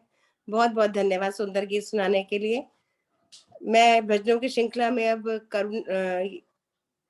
गीता शर्मा जी हमारे साथ जुड़ी हुई हैं, उनसे प्रार्थना करूंगी कि वे आए और अपना गीत रखें। गीता शर्मा जी। हाँ जी, सभी को सादर नमस्ते। अभी मृदुला माता जी ने बहुत अच्छा गीत रखा। मन का बर्तन साफ ही रखना चाहिए, मन शुद्ध है तो सब कुछ शुद्ध है। तो मैं ऋषि का भजन रख रही हूँ। ऋषि के उपकार हमारे पे इतने हैं, जितने भी गिनाए उतने ही कम है, उसी पे ही मैं गीत रख। उपकार आपके ऋषि दयानंद जाए नहीं गिनाए, तुमने क्या क्या किया है, तुमने क्या क्या किया है। गफलत की निद्रा में सोए आके फिर से जगाए, तुमने क्या क्या किया है, तुमने क्या क्या किया है। उपकार आपके ऋषि दयानंद जाए नहीं गिनाए, तुमने क्या क्या किया है, तुमने क्या क्या किया है। ओ मेरे योगी राज बंसी बजा दे फिर से वेद की, ओ मेरे योगी राज बंसी बजा दी फिर से वेद की।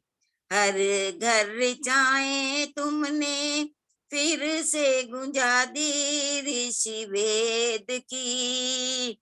हर घर चाहे तुमने फिर से गुंजा दी ऋषि वेद की। यज्ञ का करना और कराना हम सबको है सिखाया, तुमने क्या क्या किया है, तुमने क्या क्या किया है। उपकार आपके ऋषि दयानंद जाए नहीं गिनाए, तुमने क्या क्या किया है, तुमने क्या क्या किया है। ओ मेरे महर्षि देश मेरा था दास्तां में, ओ मेरे महर्षि देश मेरा था दास्तां में। मानवता रोती थी लोग फंसे थे दास्तां में, मानवता रोती थी लोग फंसे थे दास्तां में। मार्ग में ऋषि आजादी का आपने सबको सिखाया, तुमने क्या क्या किया है, तुमने क्या क्या किया है। उपकार आपके ऋषि दयानंद जाए नहीं गिनाए, तुमने क्या क्या किया है, तुमने क्या क्या किया है। विधवाएं रोती थी जीवन बिताती अंधकार में, विधवाएं रोती थी जीवन बिताती थी अंधकार में। आस न लेती थी खुशी उत्सव के व्यवहार में, आस न लेती थी खुशी उत्सव के व्यवहार में। करो वंदना अब नारी की सबको है समझाया, तुमने क्या क्या किया है, तुमने क्या क्या किया है। उपकार आपके ऋषि दयानंद जाए नहीं गिनाए, तुमने क्या क्या किया है, तुमने क्या क्या किया है। ओ मेरे देवता तुम तो अखंड थे ब्रह्मचारी, ओ मेरे देवता तुम तो अखंड थे ब्रह्मचारी। करुणा के सागर थे सत्य के तुम थे व्रतधारी, करुणा के सागर थे सत्य के तुम थे व्रतधारी।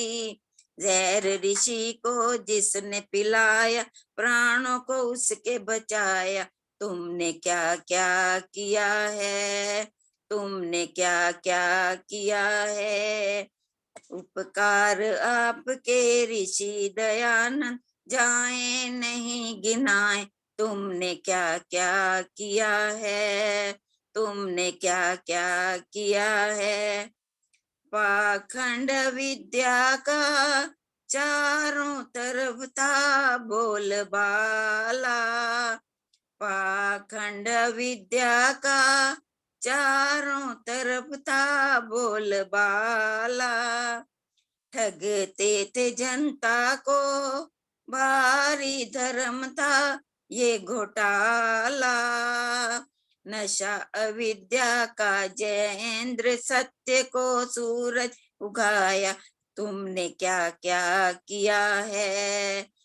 नशा अविद्या का जयेंद्र, सत्य का सूरज उगाया। तुमने क्या क्या किया है, तुमने क्या क्या किया है। उपकार आपके ऋषि दयानंद जाए नहीं गिनाए। तुमने क्या क्या किया है, तुमने क्या क्या किया है, तुमने क्या क्या किया है। धन्यवाद आशा जी समय देने का। बहुत सुंदर कृषि गीत रखा आपने, आपका बहुत बहुत धन्यवाद। हमारे बीच वैदिक विदुषी हैं उषा मलिक जी, मैं उनसे कहूंगी कृपया वो जाए ना शांति पाठ के लिए। आज हम उन्हीं को उन्हीं से प्रार्थना करते हैं कि वो आज की सभा का समापन करेंगे शांति पाठ के द्वारा। उससे पहले मैं अपने प्रधान जी को प्रार्थना करती हूँ कि वे आए, अपने 2 शब्द आशीर्वाद के हमारे बीच रखें। आर्य केंद्रीय सभा नगर निगम क्षेत्र के प्रधान शिव कुमार टोडेरिया जी, आप आइए, आपका स्वागत है। सभी को शुभकामनाएं दें।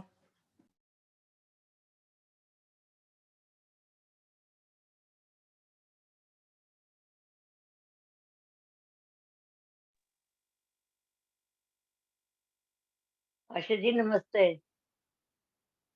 आशा जी नमस्ते। पता नहीं ध्यान का आपकी आवाज नहीं आ रही टुटेजा जी, आपकी आवाज नहीं आ रही। खोलो माइक खोलो। ठीक है, ठीक है, बोलिए। ठीक है, अब आ गई। ठीक है, तो आप श्रोता जितनी अधिक आएंगे उतना हमें आनंद भी आएगा, हमारा वेद प्रचार भी होगा। और जो बोलने वाले हैं वो प्रचारक हैं, वेदूषी हैं, उनको भी आनंद आएगा कि श्रोता सुन रहे हैं। और मैं आशा करता हूँ जो सुनते हैं हम इस पर हम आचरण करें, अपने ऊपर कुछ तो लगाएं, तभी पर बात चलेगा। आर्य तभी बनेंगे ताकि हम अपने आप जीवन में कुछ सुधार कर सकें, कुछ ऐसी बात करें कि जो अलग हो आके, ताकि अपने जीवन को सुधारने के साथ साथ दूसरे समाज में सुधरती है। तो इसलिए मेरी ये निवेदन है कि अधिक से अधिक संख्या में अपने अंदर आचरण करें, जितना हो सकता है करें, धीरे धीरे होता रहेगा। और मैं आप सबका भी एक बार फिर धन्यवाद करता हूँ। 1-2 मिनट के लिए मैं अब विचार रखता हूँ, तो टाइम है ना आपके पास? हाँ जी, हाँ जी, आप बोलिए।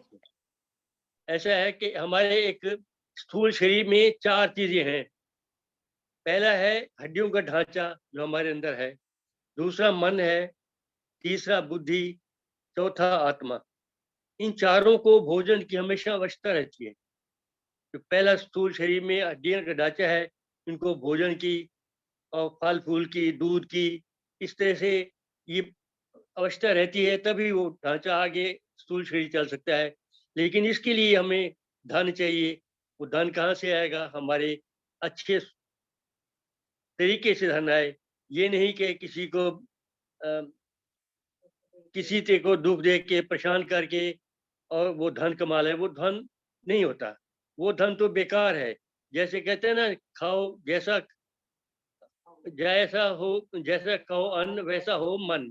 तो इसलिए वो धार्मिक विचारों से जो कमाया हुआ धन है वो हमारे लिए बहुत अच्छा रहता है, अपने शरीर के लिए, अपने ज्ञान के लिए, अपनी बुद्धि के लिए। तो इसलिए ये जरूरी है कि हम अपना जो धन है वो अच्छे तरीके से कमाएं। दूसरा है मन। मन का काम है संकल्प विकल्प करना। वो हमेशा सोचता रहता है और ये वायु से भी तेज है। ये इतना मन है कि अभी बैठे हैं कि अमेरिका पहुंच गया, चंद्र पहुंच गया, लेकिन ये सोचता रहता है, अभिमान करता रहता है ये भोजन है इनका, जो सारा दिन से संकल्प रखता रहे। तीसरा है बुद्धि। बुद्धि का कार्य है निर्णय लेना, क्या अच्छा है क्या बुरा है, किस तरह से क्या समस्या की जाए। ये शॉर्ट में बता रहा हूँ आपको। ये बुद्धि भी अपने भोजन मिलती है, इससे उसको भोजन मिलता रहता है। बाकी चौथा है आत्मा। आत्मा को क्या है? आत्मा को भोजन चाहिए सत्संग का, संध्या का, और इस तरह से आत्मा को शुद्धि के लिए बहुत कुछ संध्या, स्वाध्याय और सत्संग, ये बहुत जरूरी चीजें हैं। और विशेष करके सत्संग बहुत उत्तम है। सत्संग में हम अपने आप को बहुत कुछ बदल सकते हैं।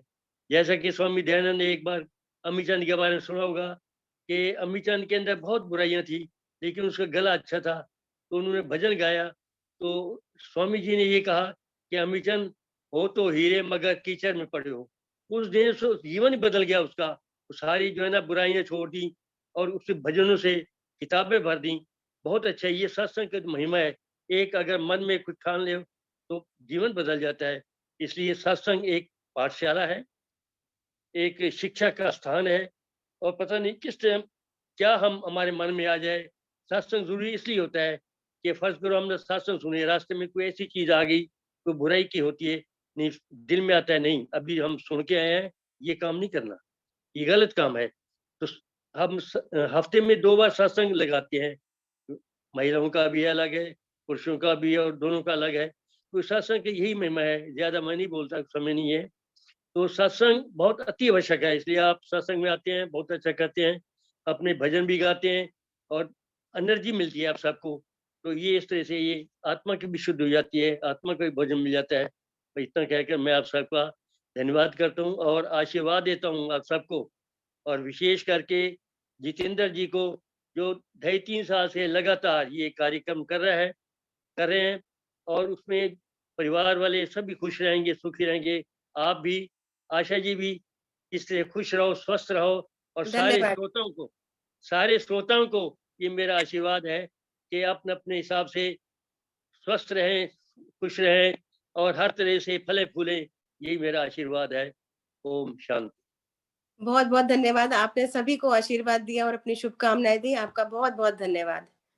मैं अब हमारे बीच उषा मलिक जी हैं, मैं उनसे प्रार्थना करूंगी वे आए और कृपया करके 2 शब्द कहें और शांति पाठ के द्वारा आज की सभा का हम विसर्जन करेंगे। उषा मलिक जी, आदरणीय उषा मलिक जी।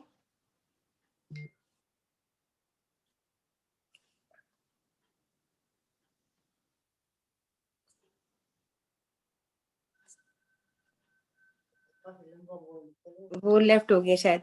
हमारे बीच शीला चुग माता जी हैं, वो शांति पाठ कराएंगी। आज की सभा का विसर्जन करेंगे हम शांति पाठ के द्वारा। शीला चुग माता जी। धन्यवाद बिटिया, बहुत बहुत धन्यवाद। कितना धन्यवाद दूं, मेरे पास शक्ति पूछते शब्द नहीं है। तूने सिर्फ याद रखा कि माँ को किसी कोने में रखना बहुत बड़ी बात है, चाहे वो शांति पाठ के लिए है, लेकिन कोने में रखा तो सही।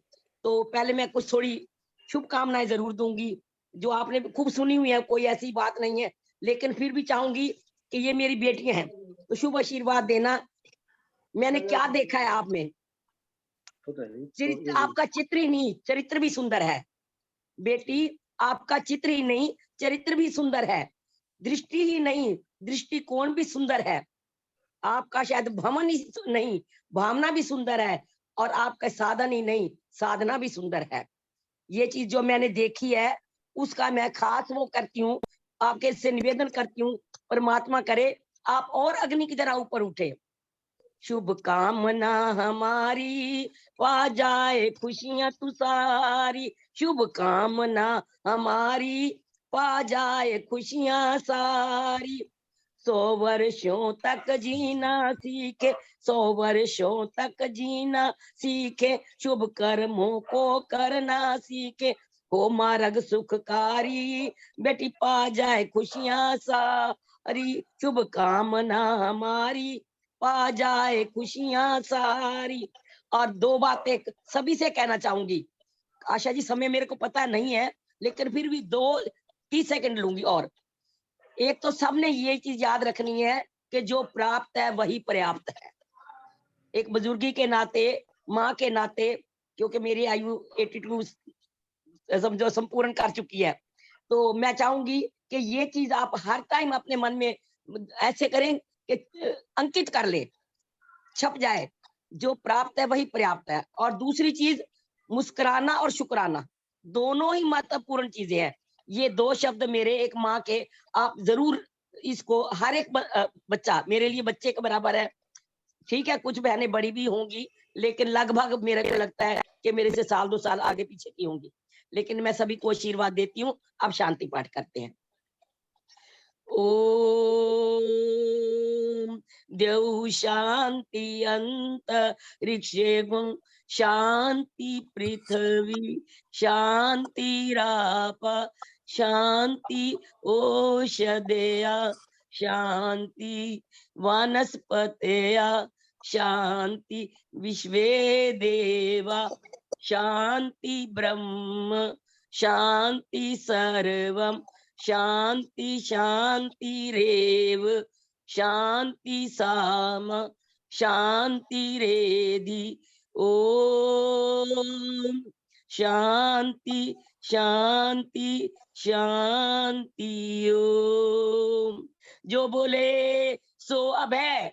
वैदिक धर्म की जय। सभी हाथ ऊपर उठाए, इससे एक व्यायाम भी होगा और हम दिल से ये कहेंगे भी सही। जो बोले सो अब है। वैदिक धर्म की जय। स्वामी दयानंद की जय। भारत माता की जय। सब महान पुरुषों की, सब महान देवियों की जय। जब तक देश में रहना होगा वंदे मातरम कहना होगा। जब तक देश में रहना होगा वंदे मातरम कहना होगा। ये मेरी शुभकामना है, यही मेरा आशीर्वाद है। अगर मुझसे कोई बिजली का बटन है फ्यूज मत करना, कोई मुझसे गलती हो गई हो तो बेटी महसूस मत करना, महसूस मत करना। बहुत बहुत धन्यवाद आपका, बहुत बहुत धन्यवाद। भारत माता की धन्यवाद माता जी। आप आज के आनंद की जय। आज के आनंद की जय। सभी बहनों के संग की जय। और विशेषकर बेटी मेरी की विशेष जय, जिसने इतना सुंदर उत्साह पूर्वक ये कार्य किया हुआ है।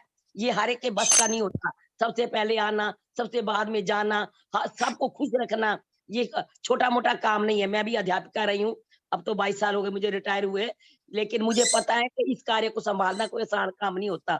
मैंने भी प्रिंसिपल का भी काम किया है। वैदिक ध्वनि, वैदिक ध्वनि। हाँ जी, अभी करें हम, अब वैदिक ध्वनि करें हम।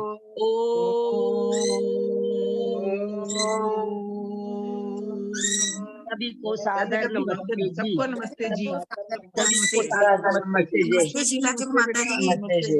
माता जी, आज आपने फरीदाबाद वालों पे बहुत अपना उपकार कर दिया। बहुत धन्यवाद आपको देखा है, बड़ा अच्छा लगा। आप जब भी आज्ञा करेंगी, एक बार आप शब्द करेंगी ना, तो माता जी आपके लिए तैयार है। माँ बच्चों के लिए तैयार रहती है। मैंने आपकी कहते हैं ना, बच्चे के पुकारने की देर होती है तो माँ दौड़ी दौड़ी चली जाती है। एक बार उसकी आवाज आनी चाहिए बच्चे की। जैसे उसकी आवाज आती है तो माँ दौड़ी आती है। आप जब भी मुझे कहेंगी उसी टाइम मैं हाजिर नमस्ते बेटा, दोबारा मिलेंगे। आज मैं याद करके दिल से शीला माता जी आए और मेरे मिलते हैं दिखाई दे और आप एकदम से सामने आए और मैंने आपको आमंत्रित किया। आपका बहुत बहुत धन्यवाद। नमस्ते, बहुत अच्छा लगा आपको देख के, बहुत अच्छा लगा। नमस्ते लक्ष्मी जी, नमस्ते। नमस्ते माता जी, आप थे, मैं आपको देख रही थी, फिर आपका भजन नहीं हो पाया आज। नमस्ते, कोई नमस्ते राज बहन जी, लूथरा बहन जी नमस्ते। लक्ष्मी जी नमस्ते। नमस्ते कर लीजिए। नमस्ते।